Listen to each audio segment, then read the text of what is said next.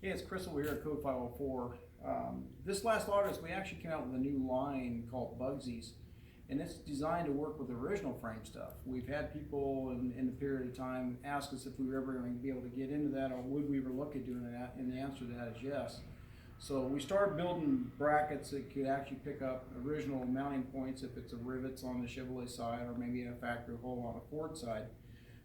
So we do make parts now for the original frames.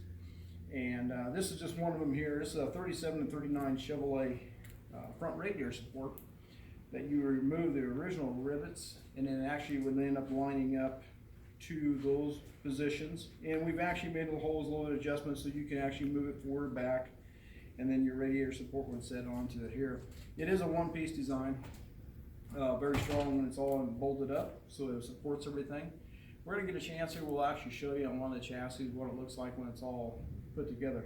It's actually made out of 7-gauge material, one-piece design again, like I said, and it's all been CNC cut and bent.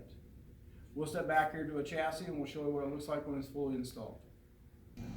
Okay, so we're back here in the shop here. We're showing you a 37 frame, Chevrolet frame that we have our front radiator support installed on.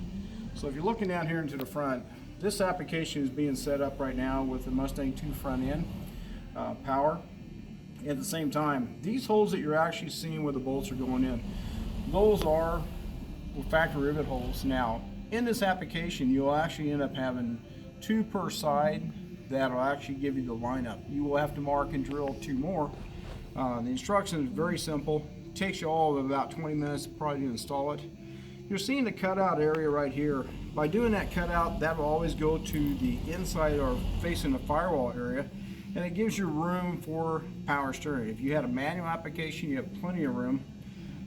Like again, the kit comes with cushions, so that you'll be able to set that radiator support on there and be able to adjust your height if you needed to. Like I said, a very simple application, but very clean.